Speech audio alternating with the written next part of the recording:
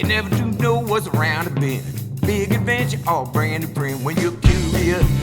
I like curious George. Swag! Well, everything is so glorious. And everything is so wondrous. Welcome back. More Curious Than George, Episode 4 Coded Consequences, the AI Dilemma, Part 1 of 2. We're going to be diving into Angus Fletcher's book, Primal Intelligence. A lot about what AI does and what this old noggin up here and yours does that it does not. As we go, we'll pause, ask some thoughtful questions, and I'll just say I listened to it and took quite a bit of notes on my phone, but you could get this book and read it, use highlighters. That's another method.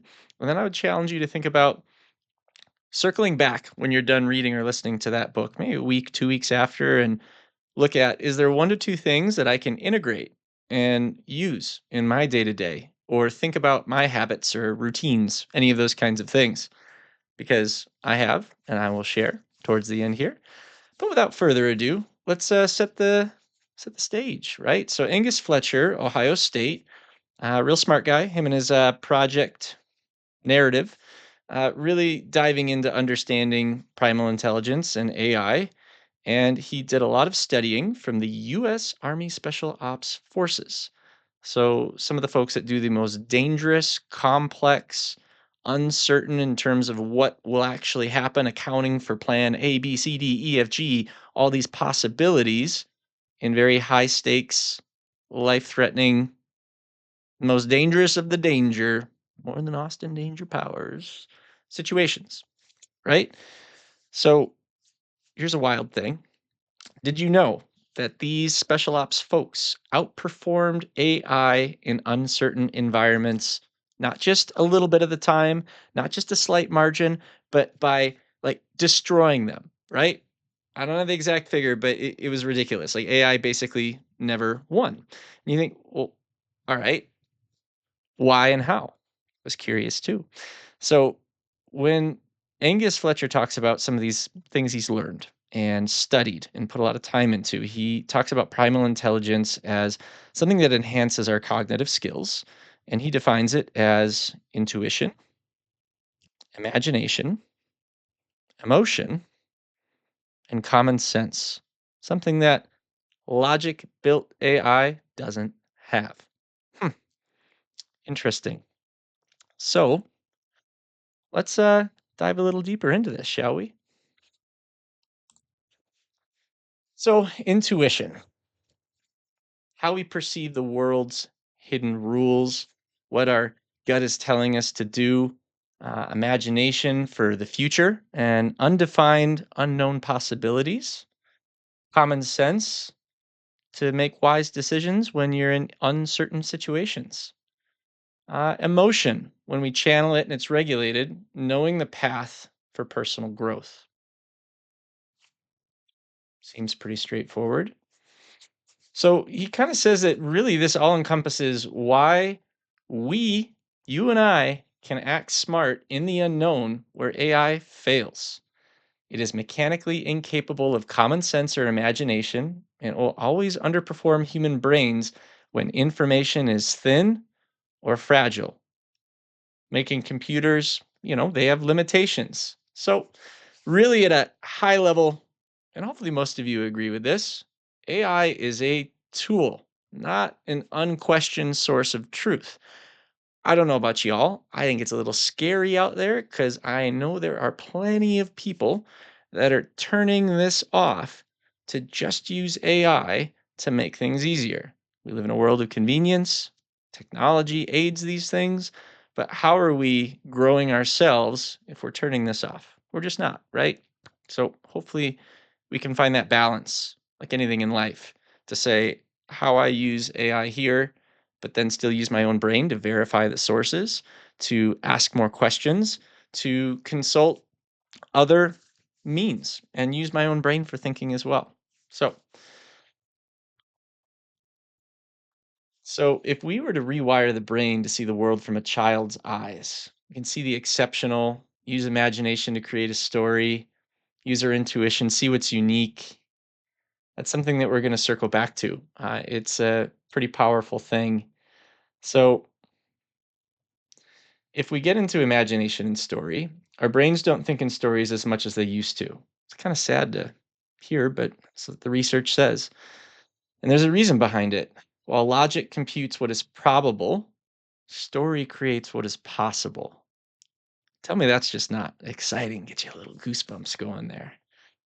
So, possible, right? An event that's never happened, but it could. And it doesn't contradict the rules of the environment. Story can outperform logic for life problems. I have a good example of this. I was going to travel with my family for an all inclusive in Mexico. And when we got to the front desk agent, they told me I couldn't travel. And I was like, that's hilarious. It's really early in the morning. That's not very funny, actually. And apparently, the back pages of my passport, used in my early 20s to go to Europe, Austria, great time, was frayed, and they said that Mexico wouldn't let me back in. It would be considered a invalid document or something along those lines. So froze for a minute, had to like really contemplate that situation. My dad, mom, and sister all kind of huddled around, said their pieces. They felt so bad, terrible, etc. And I said, "You guys go." Dad gave me a little advice where the safe was to get my birth certificate, some of the things that you need to get a new passport. And I sent them on their way. And I get the call to the people at the car at the O'Hare Airport. Get back there. The guy's like, "You're not supposed to be here." I was like, "I know." And we go on the process of figuring it out. Get back to my buddy where I was living with him at the time, and he's sitting there eating, I think, Fruit Loops or something, watching ESPN. He's like, "You're not supposed to be here." And I was like, "I know." Not a happy day in that instance, but I reacted quickly to take action to get the documents I need, go to get the safe, figure out where to go to get a picture printed, to, going where downtown Chicago to get an expedited, passport done, and take those steps to ensure it happens. And then while I was doing that, put a hold on a ticket with a travel agent. Thankfully, there was one, and go through all these hoops in order to make sure that I can still get out there. So I had to do this all very fast in a very finite period of time, to the point where it took me from being at the airport around 6 a.m. till not getting home till, oh, I don't know, 7 p.m. I was exhausted. I remember falling asleep in a chair, and lasagna almost burnt. It didn't, it was good. Point being, you can't ask an AI tool a question about something like that with a finite amount of time, with a lot of nuanced parts and ways that you need to do. There's sometimes things that the human brain can do that AI cannot. Just one example for me. So, getting a little further into it, the story's purpose is cerebral and practical. You get better at imagining in stories with planning or a long term goal. So you can only target one mountaintop with many paths to the top. So that's acknowledging that you might learn something along the way that you didn't know, that then causes you to go a different way. And maybe your big goal hasn't changed. Maybe the summit has changed. I don't know. There's a lot of possibilities as we learn and progress towards our goals in life. There's many what ifs, but there's only one why. Why are we doing what we're doing? I felt this way personally on a lot of things I've been doing in life. It's not always a concrete next step, but I know the action that I'm doing, I know the habit is in alignment with where I want to go. So sometimes it's that leaning into a little fear, which we'll get to in a bit. So define strategy with, unlimited tactics, one to many, many paths to get there. The kind of thinking that these special ops folks use to look at their missions and how are they going to be successful. Emotion. So fear. It's core to our brain's biology. It's smart. You have no plan, is fear's message. Prompts our brain to come up with a plan to counter fear. It's why children are so bold and so scared at the same time. It can be a warning when you're past your capacity, capabilities, and abilities. I read in a book, and I kind of made the image of leaning on the railing over the Grand Canyon.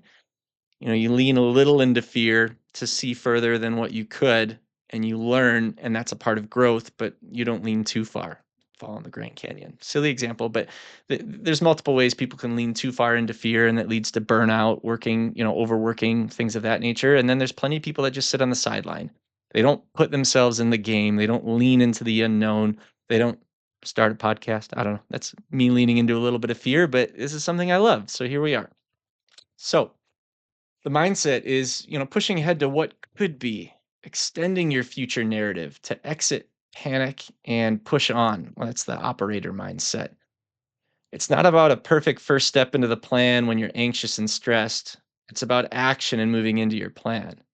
I'm sure you can sit there now, and I'll challenge you to think when you wanted to take a first step into maybe a new career or a new hobby or I don't know, asking somebody out and you thought it would go a certain way in your head and all of a sudden you're stumbling over your words or some task is a lot harder than you thought it would be. What do? You start to get a little anxious, you start to get a little stressed, but you still got to move forward, right? You got to learn from it. I think that's key. I've always said reframe failure. If you're putting genuine effort into something and it's channeling your purpose, it cannot be and should never be a negative thing. To learn and grow and then use that knowledge to try different, to try again, because that's really what it is. It's about the effort and what we can learn and gain from failure. So I would say, take some time in a non-urgent moment. Maybe you're sitting on a park bench. Maybe you've got a break after a meeting and you're on a good walk. Maybe a dog walk like me. Identify your long-term goals. Make it specific and tangible. Shift your relationship with fear. Use it as an opportunity to push to your primary purpose. I'll share a little. Mine's going to be remote working, traveling often, ski home, business owner, just a few things. Just a few things. So, let's talk about the kid part again. I brought that up earlier. AI versus a 4-year-old. Da, da, da, da, in this corner. So a 4-year-old has common sense. AI does not. 4-year-old knows when they don't know something and they will say it. AI will not. So ChatGPT, they don't intend to, but when you ask a question about something they don't know, and they try to extrapolate from past trends, aka they give you a wrong answer. They feed you misinformation. Not great. Not great. We use intuition, imagination, and emotion using story, whys, and what ifs. So, really, an effective partnership should be AI as a tool for routine things. Seems to make sense to me. We're taught to think like computers in the classroom, and they lack common sense, storytelling, intuition, and adaptability to the unknown. So, to back up, AI, it's essentially a lot of data being raked in, built on code. I'm going to talk more about those coders and developers and inherent bias on my next episode. Stay tuned. But something to keep in mind here. So, resilience and anti fragility is something that we need to build. What is anti fragility? Is it like I'm not going to break? Maybe. So, it's actually not quite that. It's getting stronger from negative experiences. So, when we do break, and embracing and learning from them. Not easy, but something that can be quite teaching. Heartache, for example, it makes the way that you love, if you choose to learn from a negative experience and dig into it, you change and rewire who you're becoming. Means that your heart's going to love even harder and stronger the next time it has that opportunity. Wonder in the brain integrates fractures of the past. So that's a fascinating concept. I'm going to circle back to that. So, emotions are stronger when they're negative. The brain values safety more than purpose. So, when we think about the key theme here, shifting from, a negative experience to have genuine healing, leveraging our primal abilities, intuition, story thinking, there's this neuroplasticity to reframe the challenges, turning these negative experiences into powerful plot twists. So, again, like stories, right? For personal growth, creating new neural pathways in the brain, fostering resilience rather than being overwhelmed by stress. So it starts by thinking in your past and recognizing personal past moments that led from bad to good, fostering a belief in future positive possibilities and strengthening your narrative brain. So, in other words, when I think back to moving to Michigan, getting a job as a district manager, I was super psyched about. 2 months in, I'm finally, training wheels are feeling like they're coming off. I'm figuring it out. I'm living a great life. I feel called to a purpose for what that leadership job meant to me. And then we find out that T-Mobile's pulling the rug out from our company and going with a different vendor. And we have a month to figure it out. It's very stressful, very hard. It was a very low point in my young career. And lo and behold, in the 11th hour, I found an opportunity to move to Minneapolis, St. Paul. And I've been here ever since. This is 2013, and it was a much better opportunity. I was compensated better. It was a better program. I met a lot of amazing people, some that are some of my best friends still today. Uh, no knock in Michigan, but where I'm living now, I love it a lot more. And it was a blessing in disguise. So that is a perfect example of a negative experience where things were really shitty, excuse my language, for a whole month and then turned around and it's not just a silver lining, it got way better. So if we can think about that, and I'll challenge you to do the same right now, take a time. Think of one or two times that something not good happened. You felt those feelings, you learned from them, but then something really good happened. There's magic happening in your brain right now. Neuroplasticity is doing its thing. So it's pretty incredible. And life surprises you in those instances, and that leads to more positive potential outcomes when we wire our brains like this. I had a friend that always used to say, "What you think about, you bring about." And that's a very simplified way of saying if you develop your brain to see positives coming from negative, then you are allowing yourself the possibility to truly have that more often than not. Our brains naturally amplify the negative out of a wired response to prioritize survival over purpose. It takes conscious effort to refocus on positive surprises. And when I think purpose, I think when I do work or I'm doing something like this here, I want to learn from it. I want to get better at it, but I just am fired up about it. None of the prep or other parts of it feel like work to me. It's purpose driven, right? So if we can learn from the negative experiences and make a conscious choice once we felt what we need to feel as humans, we should feel those feelings. We can refocus on those positive things and identify that positive surprise and make it as vivid as possible in our mind. Because we tend to disassociate in response to negative events in our lives. I know I definitely have. Meditation, journaling, and mindfulness do not help us truly process these events as they create in their own form disassociation. That's kind of crazy. You think those things would be key in helping. And maybe they're like AI in a way. They can be tools to help, but they're really maybe not avoiding and getting into it. If instead we recount our life and recount a time in our past, we had a surprise positive outcome or plot twist, we spark the mind to think about the future possibilities. And it gives us a concrete example of finding true peace with what was and opening our minds to what could be. So I think that's the magic right there. It's not just feeling a shitty feeling and sadness, despair, despondent. It's knowing that there is light and that there is a positive outcome for us. And we feel that wonder and that true peace. There it is. It's amazing. It feels akin to a religious awakening and conversion is how they relate it. And I just got goosebumps thinking about it. I've had these moments of wonder, and I hope you can pause and reflect as well. Again, moving to the Twin Cities was a huge moment of wonder for me. I've had a couple of these moments. I stopped skiing for a couple of years because I looked at the hills locally here as not being very good and not being very fun. And I was a bit down on it. I didn't even really quite realize it at the time, really what I was missing.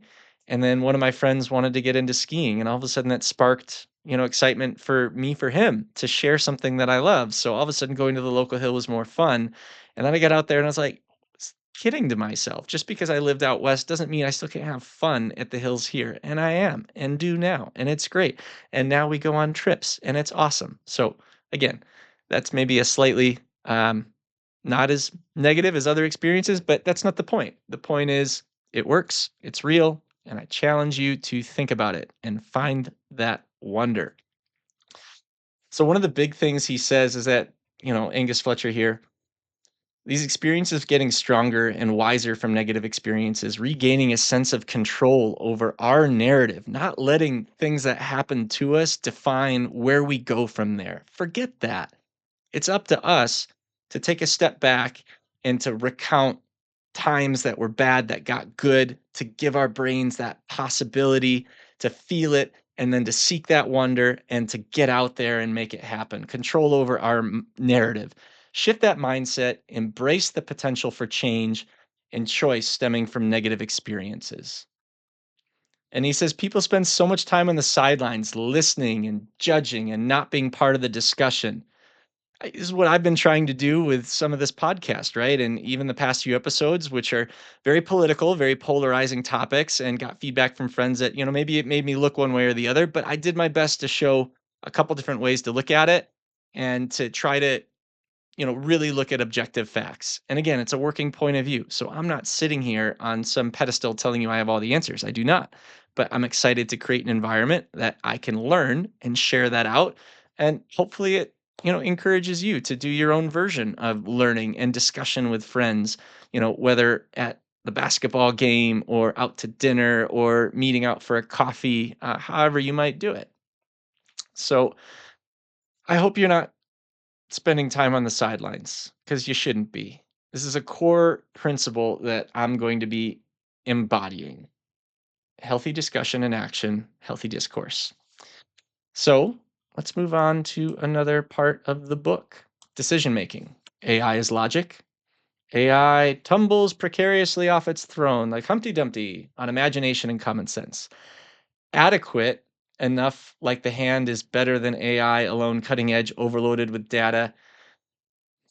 Forgive me, I don't understand what note I wrote there. But basically, common sense over programming. Common sense allows you to adapt, be intuitive, and not predictable, prescriptive, or procedural. George Washington said, "Be as bold as the situation is uncertain." That sounds nice, but here's a really great illustration of this in action. To be a master of common sense. Armstrong landing on the moon. I also had a really cool shirt that said, "One small step for man, one big ass error for mankind." So, engineer and him respected standard operating procedures. A lot of smart people at NASA, they put a lot of time and effort into different scenarios, how things work, and there's a way to do things, right? Makes sense to me. So, they want to make procedures flying predictable. But what we're going to learn is he was willing to scrap these SOPs for failed models and adapt. So what happened is he was in Gemini 8 and trying to dock the spacecraft to orbit. And when he started doing it by the book, something malfunctioned. And then there was rolling and spinning. And as you can imagine, I'd be super stressed and scared. Houston watching in horror as it spun faster and faster. Armstrong finally decided to exit the standard operating procedures and re engage entry thrusters in space. Sounds cool. Radically unprecedented decision that stopped the roll and got Gemini home. Hmm. So not following the computer, not following all the smart people's what happened, instead relying on intuition and decision making and common sense when something isn't working. I think we can all encounter this. How many times have you listened to your GPS and it led you down somewhere you shouldn't go? It took Michael Scott into a lake, for crying out loud. If you're into The Office, you know what I mean.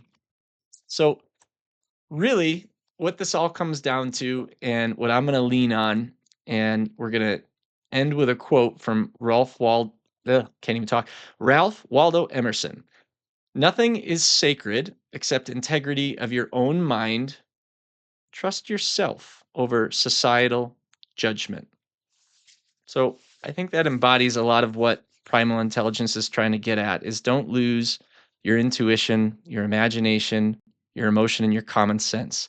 These are key parts of intelligence that allow us to adapt, to learn from experiences that are negative, to face uncertain situations and problem solve and triumph, to be like the special ops army folks and beat the computer 9 out of 10 times, pretty much all the time. And it's our secret sauce in why we will always be superior to AI. Not to mention in part two, we talk about who wrote AI, us, and the inherent bias. I'll get into all that on part two. But really, what I'm saying is AI is still a tool. I know this sounds like I knock it all the time. I use ChatGPT. I ask questions. It's how I fixed my toilet. I found out that the wax ring had dissipated, and asked a lot of other possible questions. So for prescriptive things, for routine things, I think it can be a great tool. But I also think there's a lot of limitations, and we're going to get more into that in the next episode. But for now, I appreciate you allowing me to be more curious, and hopefully you are too. Just like George the monkey, I wish you well and a good evening, morning, wherever you may be. Until next time, sayonara.